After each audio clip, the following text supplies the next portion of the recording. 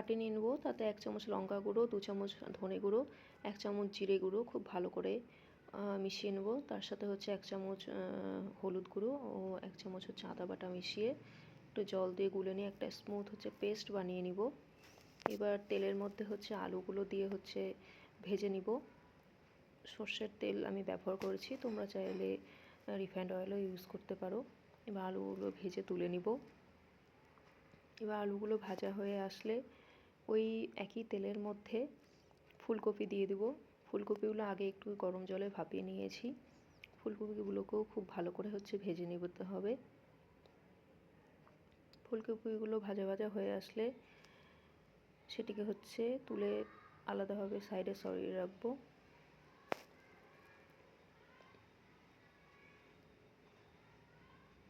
ফুলকপিগুলোকে এবার তেল থেকে তুলে নিয়ে এবার ওই একই তেলের মধ্যেই দিয়ে দিতে হবে জিরে আর ওই গুলে রাখা যে হচ্ছে পেস্টটা বানিয়েছিলাম সেইটা, আর অল্প একটু কিছু জল দিয়ে দেবো।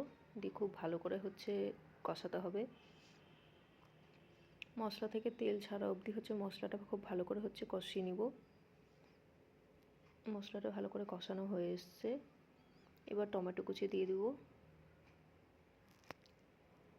মশলার সাথে টমেটো কুচিগুলোকে ভালো করে নেড়েচেড়ে মিশিয়ে নিতে হবে। এরপরে এর মধ্যে ভেজে রাখা ফুলকপি ও হচ্ছে সেদ্ধ করে রাখা হচ্ছে সয়াবিন ও ভেজে রাখা আলু সব কিছু দিয়ে খুব ভালো করে একসাথে মশলার সাথে সব কিছুটা মিশিয়ে নিব। এবার স্বাদ মতন লবণ দিয়ে দিব। খুব ভালো করে নাড়াচাড়া করে সব কিছু একসাথে কষিয়ে নিতে হবে। এরপরে হচ্ছে স্লাইস করে রাখা লঙ্কা ও হচ্ছে চিনি দিয়ে আবারও কিছুটা ভালো করে মিশিয়ে নিতে হবে। গ্যাস এই সময় হাই ফ্লেমে থাকবে। কষা হয়ে আসলে এর মধ্যে জল হচ্ছে অ্যাড করে দিব।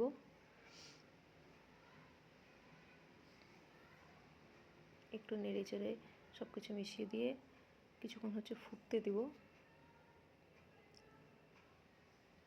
এবার এর মধ্যে গোটা গরম মশলাগুলো ছড়িয়ে দেব আর হচ্ছে শেষে একটুখানি ঘি মিশিয়ে নিব। আবারও খুব ভালো করে নাড়াচাড়া করে মিশিয়ে দিব। টাটা।